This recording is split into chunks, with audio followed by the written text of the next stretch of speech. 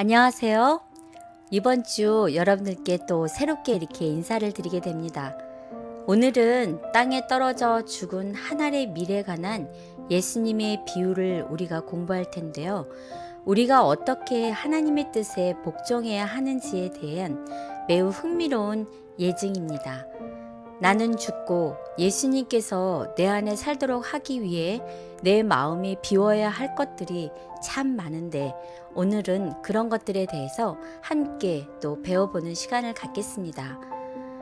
자아를 죽이고 하나님을 위한 자리를 마련할 때 고난 중에도 하나님의 뜻을 발견할 수 있음을 깨닫게 되는 시간이 되기를 바라겠습니다. 제12과 한 알의 밀처럼 죽음. 안녕하세요. 안녕하십니까. 네, 오늘 12번째 시간입니다. 예, 벌써 12번째 시간이 되었네요. 네, 시간이 참 빨리 가죠. 예. 오늘 제목은 무엇인가요? 한 알의 밀처럼 죽음. 한 알의 밀처럼 죽음. Dying like a seed. seed가 이제 죽는다는 얘기인데, 우리가 다 아시겠지만, 이 한 알의 밀이 죽어야지만이 무엇이 열매가 맺히잖아요. 네, 근데 죽지 않으면 한 알 그대로 남는 것이고, 죽으면 많은 열매를 맺게 되지요. 그래서 오늘 지금 무슨 그림이 보이시나요? 밀 씨앗이 심어져 있네요. 첫 번째 그림에는. 네, 씨앗이 이제 땅 속에 이제 자기 희생을 통해서 시간이 지나면서 그 옆에 있는 그림을 보면 뿌리가 내리고 또 땅을 향해서 고개를 들기 시작하고 이제 성장해가는 모습이 보이죠. 네, 그래서 결국은 이 그림에 보이는 것처럼 이 한 알의 밀이 땅에 떨어져 죽게 됨으로 인해서 이제 성장해가는, 그래서 결국은 큰 열매를 맺게 되는 그런 그림을 우리가 보고 있습니다. 그래서 우리 한번 기억절을 우리 한번 다 같이 볼까요? 네. 오늘 12가 기억절입니다.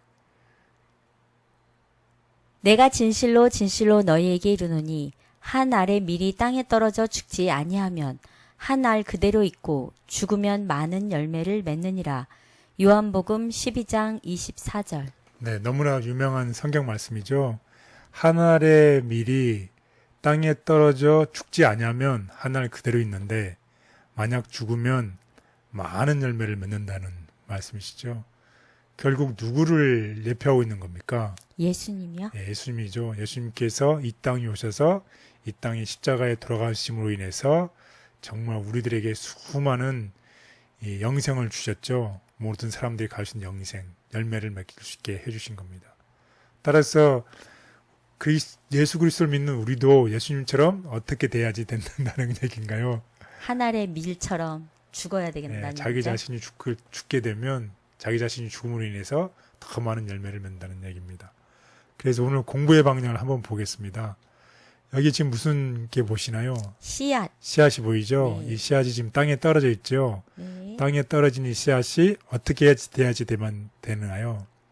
씨앗이 자신의 죽어야지만이 열매를 맺는다는 것입니다. 그래서 땅에 떨어진 씨앗이 죽지 않으면 씨앗 그 자체 하나만으로 끝나는 것인데 씨앗이 죽게 됨으로 인해서 그 씨앗이 이제 나무를 이제 자라게 되고 나무를 통해서 열매가 맺는다는 그런 내용이 되겠습니다. 그런데 이런 씨앗이 죽는데 방해하는 역할을 하는 게 있어요. 만약에 이 씨앗이 성장을 방해하는 게 있는데 이 씨앗이 자라나려면 공기나 이런 환경, 비, 이런 햇빛, 이런 모든 게 다 맞아야 되잖아요. 네. 그런데 이게 하나님께서 주시는데 그게 자기 힘으로 할 수 있다고 생각하는 거예요. 그래서 자기 자신을 의지할 때에 씨앗이 성장할 수 있을까요? 아니요. 할 수 없다는 것이에요. 네. 또 무슨 말이냐면 대체물이라고 하는데 하나님 대신에 하나님께서 우리 인도하시는 것 대신에 자신의 논리나 자신의 경험이나 어떤 문제를 부인해 버린다는 것이에요. 이런 생각을 갖게 될 때에 이 씨앗은 성장할 수 없다는 것입니다. 그래서 오늘 우리가 이 5번에 나눠서 공부를 하게 되잖아요. 네. 그래서 첫 번째부터 세 번째까지 내용은 이 씨앗이 땅에 떨어져 죽고 또 죽음으로 해서 많은 열매를 맺는다는 내용이 첫 번째부터 세 번째 내용을 하게 되겠고, 나머지 두 번째 내용은 이 씨앗이 자라는 것을 방해하는 내용에 대해서 공부를 하겠습니다. 그래서 하나님께서 우리에게 자기 자신에서 죽는 것이 필요하다고 오늘 얘기를 하고 있습니다. 자기 자신에 대해 죽는 것이 필요함. 우리는 자기 자신에 대해 죽는 것이 얼마나 필요한지 이해할 필요가 있습니다. 나는 그리스도인이라고 공언하는 사람들에게 성령의 능력으로 새 생명으로 감동을 받을 수 있도록 자아에 대해 죽기를 간청합니다. 사탄은 멸망하는 자들 속에 있는 모든 불의의 속임수를 가지고 역사하고 있습니다. 날마다 우리는 하나님의 회심시키는 능력이 필요합니다. 그렇지 않으면 우리는 그리스도의 발자취를 따라 걸을 수 없습니다. 정결함과 성결함이 무엇인지에 대한 생각이 밝아지고 마음이 성령의 역사에 반응하게 되므로 매일의 삶의 변화를 경험하게 될 것입니다. 아멘. 그래서 오늘 학습 순서를 보면 첫 번째는 섬김을 위한 복종, 순종을 얘기하는 거죠. 그리고 하나님의 뜻을 알려면 아까 열매가 땅에 떨어져 죽어야 된다는 두 번째 내용입니다. 그리고 나서 많은 열매를 맺게 되는 듣고자 하는 마음에 대해서 공부를 하겠습니다. 그리고 이러한 이 열매가 죽어야 되는데 열매를 방해하는 게 있어요. 그것은 자신을 의지하는 내용이 되겠습니다. 그리고 마지막에는 아까 공부했던, 언급했던 대체물들에 대해서 우리 다 같이 공부를 해보도록 하겠습니다. 첫째 날, 섬김을 위한 복종. 네, 섬김을 위한 복종. 다른 이제 부제목을 붙여보면 땅에 떨어진다는 얘기입니다. 한 알의 밀알이 땅에 떨어진다는 것이죠. 결국 겸손을 얘기하는 거죠. 하늘 보좌에 계신 예수님께서 이 땅에 오셨는데 이렇게 이 땅에 떨어질 때까지는 정말 왕이 인간의 모습으로 종의 모습으로 왔을 때는 겸손해야 된다는 거죠. 그래서 그런 내용에 대해서 우리 공부를 해보겠습니다. 그래서 특별히 빌립보서 2장 5절에서 9절에 대해서 우리 공부를 하는 시간을 갖도록 해보겠습니다. 빌립보서 2장 5절 9절. 너희 안에 이 마음을 품으라. 곧 그리스도 예수의 마음이니 그는 근본 하나님의 본체시나 하나님과 동등됨을 취할 것으로 여기지 아니하시고 오히려 자기를 비워 종의 형체를 가지사 사람들과 같이 되셨고 사람의 모양으로 나타나사 자기를 낮추시고 죽기까지 복종하셨으니 곧 십자가에 죽으심이라. 이러므로 하나님이 그를 지극히 높여 모든 이름 위에 뛰어난 이름을 주사. 네, 여기에 보면 이 하늘의 이 씨앗이 되신 예수님께서 하늘 왕으로서 종의 형체를 가지고 이 땅에 오셔서 그 십자가에 죽으신 이야기를 하고 있습니다. 결국 오늘 공부의 내용과 정말 딱 들어맞는 성경절이죠. 네. 예, 정말 하늘의 씨앗이 땅에 떨어지고 또 죽게 되고 죽게 됐을 때에 정말 많은 열매를 맺히는 거죠. 그래서 결국은 하나님이 그를 예수 그리스도를 지극히 높여 모든 이름에 뛰어난 이름을 주게 되었다는 내용입니다. 그래서 우리는 사는 이 현 시대는 우리가 섬기는 자리보다는 섬김을 받는 자리가 더 크게 보이죠. 네. 내가 봉사하는 사람보다는 봉사함을 받는 사람이 더 큰 자라고 여기는 세상에 살고 있잖아요. 이런 세상에서 다른 사람을 위해서 나의 권리를 포기한다는 것 쉬운 일인가요? 어려워요. 예, 굉장히 어렵습니다. 네. 예, 예수님처럼 정말로 시간이 지나면 지날수록 정말 어려운 얘기입니다. 하지만 하늘의 법칙이라는 게 무엇인가요? 내가 서빙을 하는 사람보다는 서빙을 받는 사람이 이 세상의 법칙이라고 그러면 우리는 섬기는 자가 예수님께서 섬기는 자로 오셨잖아요. 봉사하는 자로서. 그렇게 살기로 결심하는 이 예수님의 모범을 따라 살 때에 우리는 정말 진정한 행복을 경험할 수 있다는 것입니다. 하늘의 법칙이죠. 왜냐하면 그것이 하늘에서 더 가치 있는 것이기 때문입니다. 인류의 구원을 위해 하늘 보좌를 버리고 인간의 모습으로 이 땅에 오셔서 종으로 사시다가 마침내 십자가에 달려 돌아가신 예수님의 모습은 우리의 모본이 된다.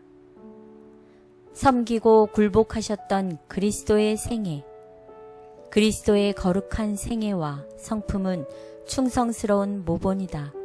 당신의 하늘아버지께 대한 그분의 신뢰심은 무한하였다.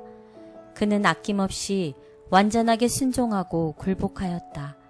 그분은 섬김을 받기 위해서가 아니라 다른 사람을 섬기기 위하여 오셨다.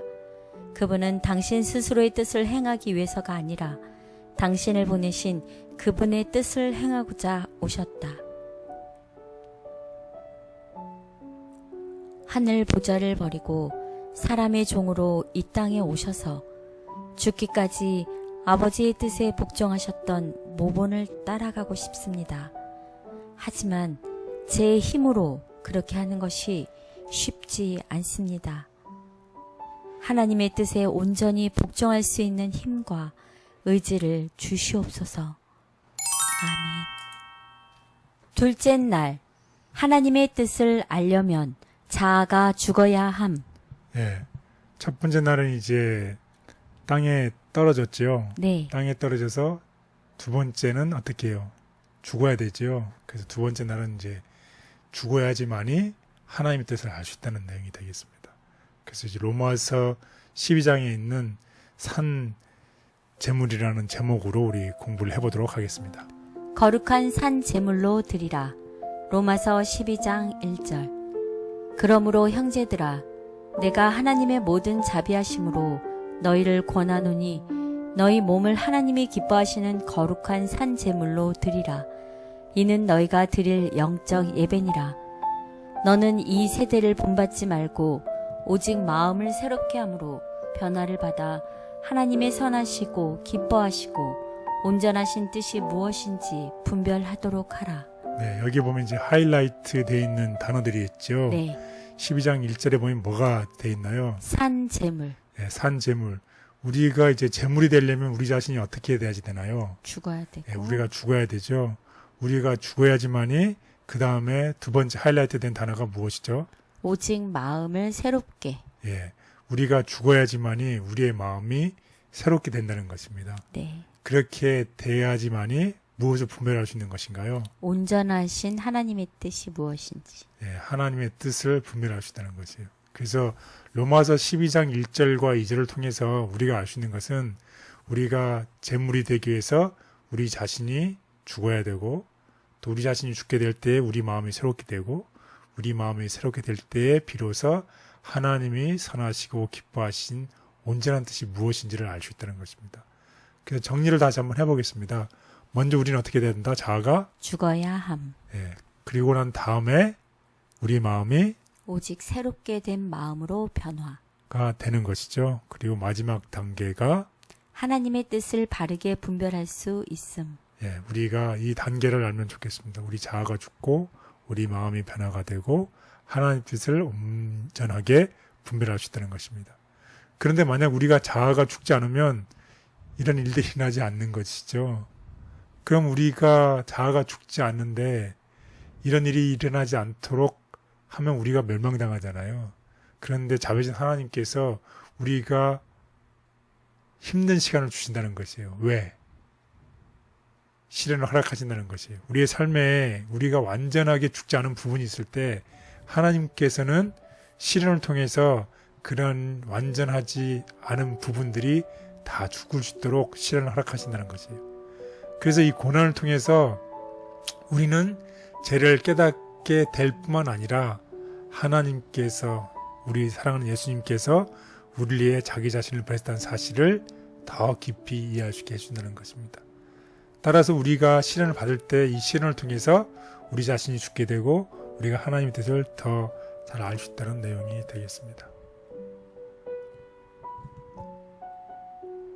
우리가 하나님의 뜻을 바로 분별하기 위해서는 먼저 자아가 죽어야 하는데 우리 십자가의 사랑을 더 잘 이해할수록 자아를 내려놓는 일이 더 수월해진다. 우리 몸을 산 제사로 바침. 하나님께서는 모든 사람이 그들의 몸을 그분께 산 제사로 바치기를 원하시고 그 행위가 장애를 야기시키고 불결과 질병으로 가득 찬 죽은 제사나 죽어가는 제사를 원치 않으신다. 하나님께서는 산 제사를 요구하신다. 그분께서는 몸이 성령이 거하시는 성령의 전이라고 말씀하신다. 그분께서는 그분의 형상을 지닌 사람들이 당신을 위한 봉사와 영광의 목적을 위하여 몸을 돌보기를 요구하신다. 저의 자아를 온전히 비우기 위해 저를 위한 예수님의 귀한 사랑을 제대로 알기 원합니다. 그 사랑에 감격하여 저 또한 그와 같은 삶을 살기로 결심하고 싶습니다. 성령님을 통해 십자가의 의미를 보다 더 깊이 이해하도록 도와주시옵소서. 아멘. 셋째 날, 듣고자 하는 마음. 예, 셋째 날입니다. 듣고자 하는 마음. 이제 열매를 맺어야 되는데, 하나님의 말씀에 순종하고자 하는 마음이 필요한데, 어떤 사람에게는 하나님의 음성이 들렸을 때 그것을 완전히 어떻게 듣고자. 무시하는 사람이 있겠죠. 네. 그리고 두 번째는 듣기는 듣는데 부분적으로 듣는 사람이 있겠고, 세 번째는 완전히 하나님의 말씀에 순종하는 사람이 있겠습니다. 이 세 부류의 사람에 대해서 오늘 공부를 해보겠습니다. 근데 사람들은 보통 듣고자 하는 마음보다 말하고자 하는 마음이 더 많아요. 네, 그렇습니다. 그게 인간의 본능이죠. 네. 그래서 우리가 이 성령의 열매를 맺을 때 정말 하나님의 음성을 듣게 되고 순종할 때에 그때 열매를 많이 맺게 된다는 내용입니다. 네. 특별히 사무엘서 2장과 3장을 통해서 알아보도록 하겠습니다. 사무엘서 2장을 보면 여기 인물이 나오는데 그 당시에 제사장이었던 누구요? 엘리의 아들. 예, 엘리가 나오죠. 예. 제사장 엘리. 엘리. 그리고 엘리에게는 이 타락한 아들 둘이 있었어요. 그리고 또 사무엘의 모습이 나옵니다. 그래서 이제 한번 이 아들들과 사무엘의 모습을 비교하는 이야기입니다. 여러분 다 아시겠지만 이제 성전으로 올라간 이 사무엘의 어머니죠. 이름이 한나가 하나님께 찬양을 드리고 사무엘을 제사장 엘리에게 맡기는 이야기가 나옵니다. 그리고 한편 제사장 엘리의 아들들은 하나님의 제물들을 마음대로 탈취하고 성전에서 수송드는 여인과 동침하는 죄를 범해서 아버지의 흉계도 듣지 않게 되지요. 그러나 사무엘은 하나님 말씀대로 자라나게 되고 성전에서 봉사하는 직무에 최선을 다하게 됩니다. 이에 대해서 하나님께서는 이제 아들들의 이 불순종과 하나님의 제사법을 완전히 어기는 거지요. 하나님의 제사법은 결국 누구를 나타내는 건가요? 예수 그리스도를 나타내는 건데 예수 그리스도를 잘못 나타내는 것이죠. 그래서 엘리에게 나타나서 죄와 그들을 가르치지 못한 엘리에 대해서 책망하는 이야기가 나옵니다.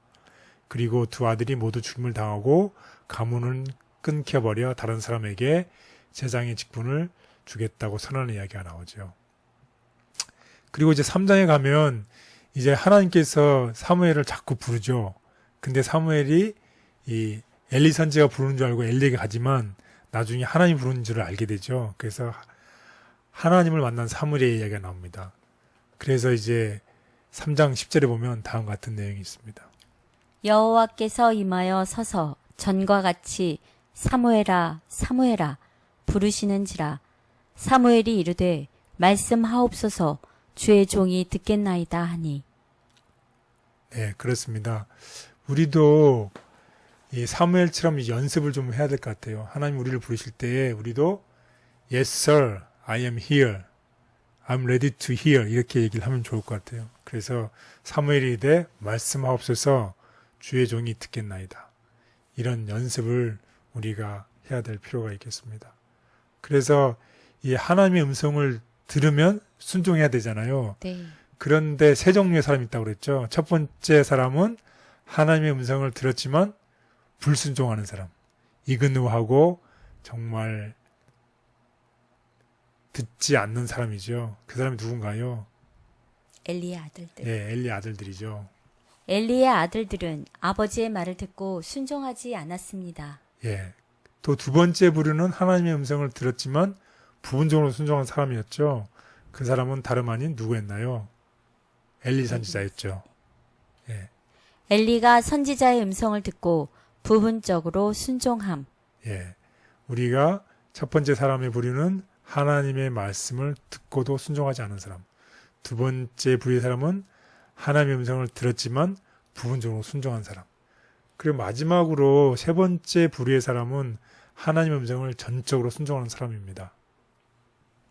사무엘은 하나님의 음성을 듣고 순종했습니다. 예, 우리도 사무엘처럼 전적으로 하나님의 음성을 들으면 순종하는 우리가 모두가 됐으면 좋겠습니다. 아멘. 그래서 특별히 우리의 마음에 하나님의 뜻과 반대되는 수많은 욕구들로 가득 차 있을 때 우리가 하나님 음성을 들을 수 있을까요? 어렵죠. 예, 들을 수 없다는 것입니다. 그럴 때 하나님의 음성을 듣는 일은 일단 우리의 마음에 우리의 생각을 어떻게 다 비우고 하나님께서 역사할 수 있는 이 스페이스, 이 공간이 있어야지 하나님의 음성을 들을 수 있는 이 준비가 된다는 것입니다. 그래서 비록 힘든 일이지만 우리가 간절히 구하면서 성령 하나님의 역사하심에 우리의 삶을 맡길 때에 하나님께서 이루어주신다는 것입니다. 그래서 우리의 삶 속에서 우리가 하나님과 반대되는 수많은 욕구들을 버리고 우리의 마음에 빈 마음, 하나님만 빈 스페이스를 가지게 될 때에 우리가 하나님의 음성을 들을 수 있다는 것입니다.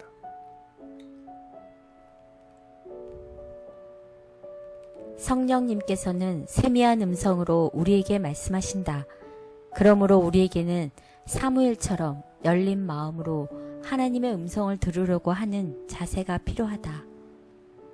사무엘에게 말씀하신 하나님.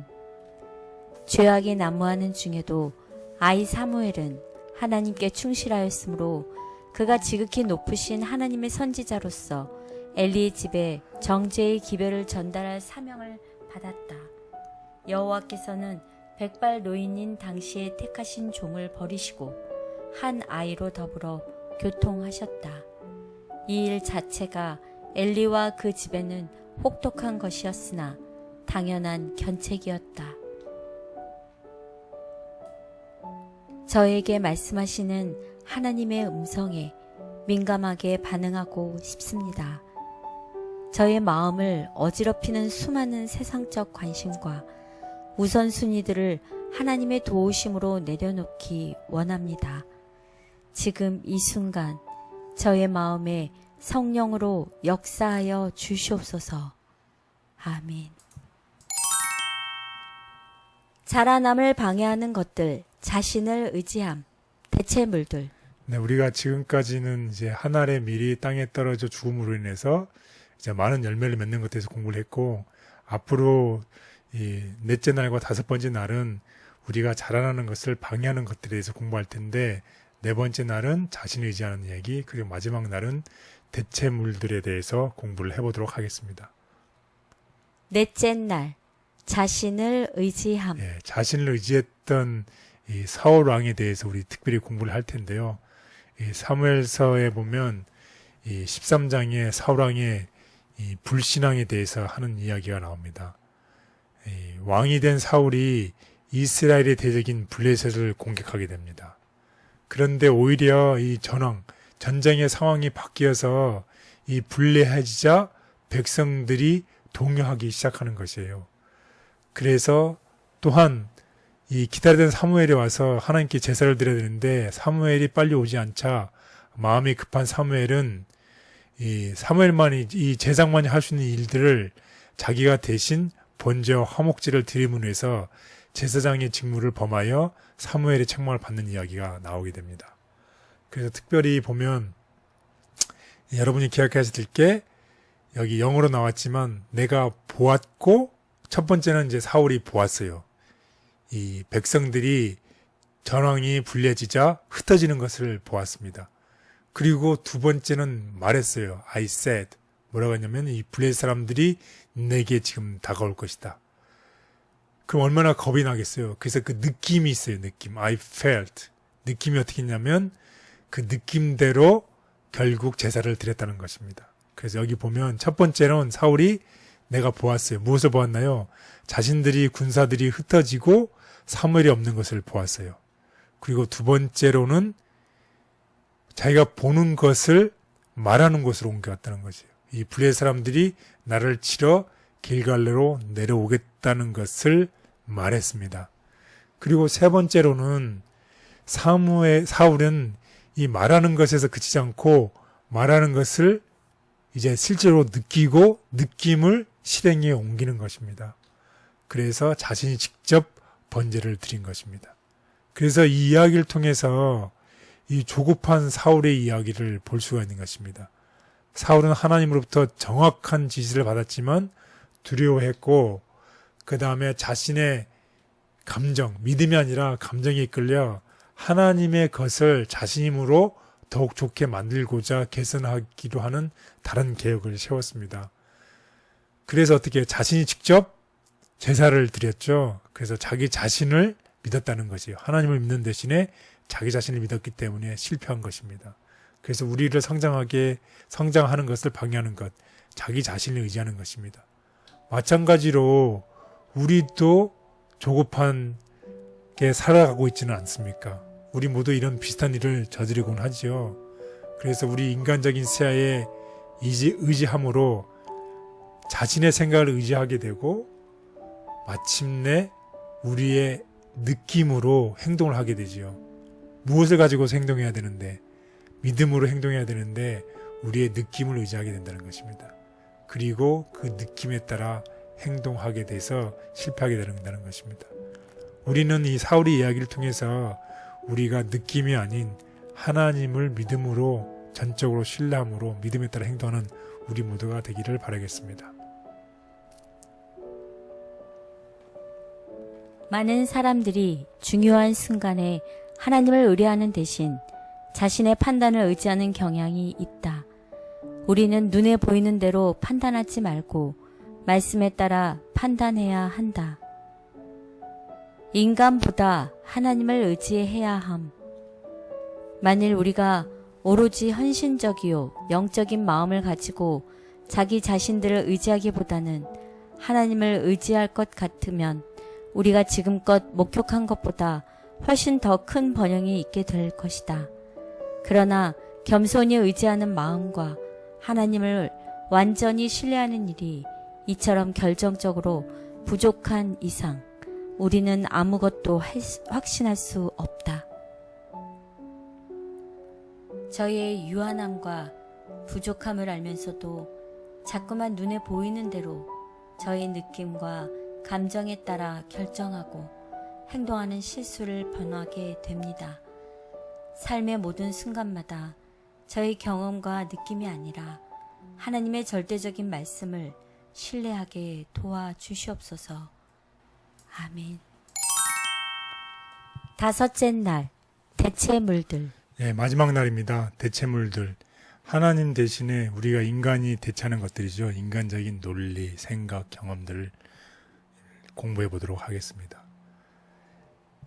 특별히 이 씨앗이 땅에 떨어져 죽고 나서 이제 많은 어려움을 겪게 되지요. 이런 이 상황이 좋지 않은 이 환경이 좋지 않은 상황이 있을 수도 있을 것이고 그런 좋지 않은 이 상황을 우리가 영적인 열매가인 우리가 그 문제를 어떻게 처리하냐에 따라서 우리가 성장할 수 있느냐 성장할 수 없느냐에 달려 있다는 것입니다.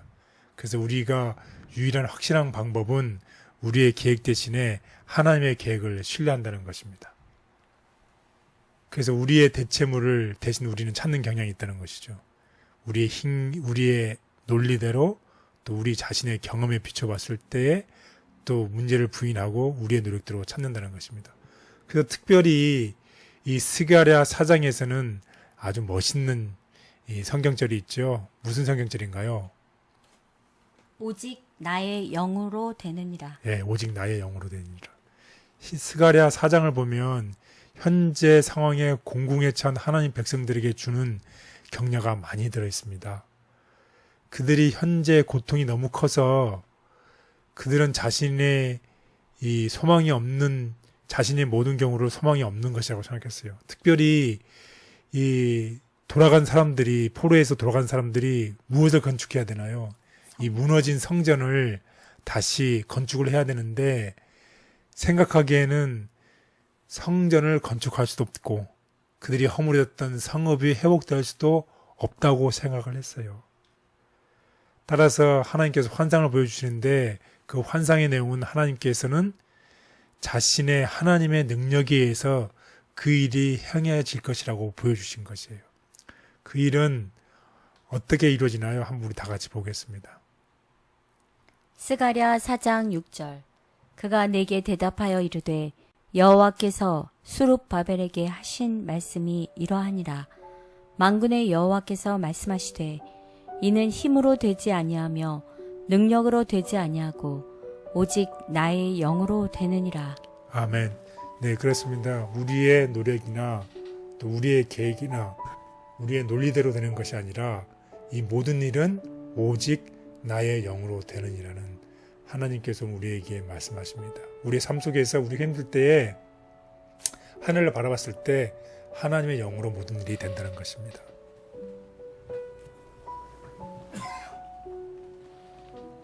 때때로 우리가 극심한 반대에 직면하게 될 때 그것은 소중한 연단의 기회이므로 다른 대체물을 의지하지 말고 끝까지 하나님의 능력을 신뢰해야 한다. 시련과 연단을 통해 승리할 수 있음. 하나님께서는 사람들이 시련을 받게 하신다. 그분은 그들을 좌우해서 시험하여 교육과 훈련과 연단을 받게 하신다.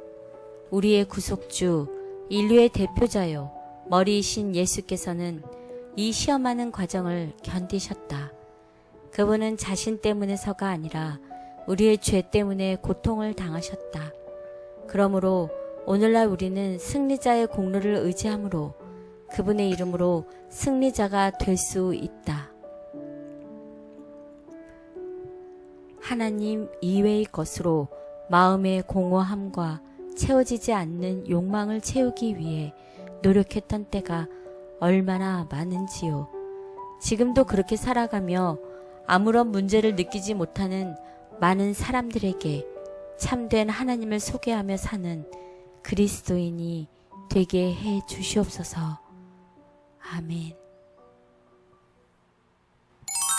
네, 오늘 우리 공부를 다 같이 요약해 보도록 하겠습니다. 나는 죽고 예수님이 사셔야 함을 알면서도 그렇게 사는 것이 쉽지를 않습니다. 그런 우리에게 하늘 보좌를 버리고 이 땅에 오셔서 모든 것을 내어주신 예수님의 모습은 완벽한 모본이 됩니다. 어떤 상황 속에서도 내 뜻과 경험을 의지하기보다는 열린 마음을 가지고 성령님의 인도하심에 따라 살아갈 때 하나님께서 원하시는 아름다운 열매를 맺을 수 있습니다. 네, 오늘 공부를 통해서 우리는 한 알의 미달이 땅에 떨어지게 되고 그 떨어진 씨앗이 죽게 될 때에 우리는 많은 열매를 맺을 수 있음을 배웠습니다. 우리도 예수님처럼 이 땅에 오셔서 십자가에 돌아가심으로 우리에게 구원을 주신 예수님처럼 우리도 우리 주변에 있는 사람들과 이웃들과 친구들을 위해서 우리 자신이 희생하고 하늘의 법칙을 따라 살게 될 때에 우리의 삶 속에 많은 열매가 맺게 될 것입니다. 감사합니다. 오늘 예수님의 모본을 보여주시며 성령으로 인도하시는 하나님의 은혜에 감사함을 느낍니다. 사랑하는 모든 시청자 여러분, 자아를 내려놓기 위해 성령님의 도우심을 구하며 예수님의 모본을 따라서 매일매일 살아가시는 모든 성도님 되시기를 기도합니다. 감사합니다.